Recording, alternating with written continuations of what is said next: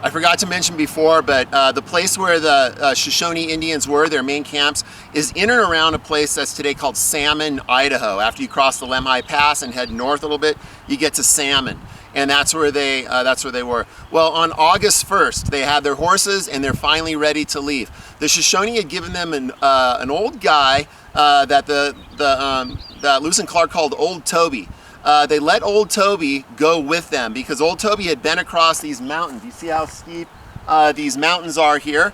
Well, these mountains are headed north. Lewis and Clark still have to get west through the Rockies, right? But the Salmon River there is unpassable. You can't get we just did a river rafting trip yesterday, 30 miles or so, 20 miles on this rapid river with steep, in steep walled ravines.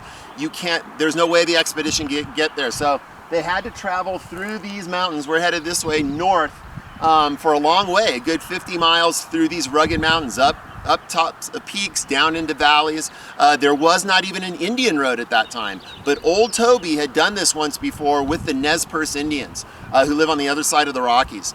So if you get a good look at this, maybe for your journals, it was hazardous. Horses would fall down these steep ravines. It was very difficult on the men to get through. Things just keep getting harder and harder for the expedition.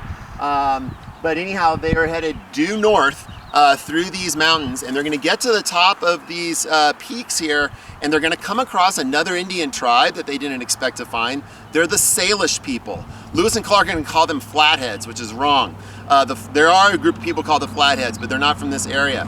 But these were the Salish people, and they had horses too, and they're going to give sell Lewis and Clark some horses as well. But first they had to this is August 1st, they leave the Shoshone, and they get to the peaks here of these mountains by August 4th. So it took them 4 days, which is remarkable. We just drove this thing, that in 4 days they were able to go over these peaks and valleys and get up to the top here where the Salish people were on August 4th.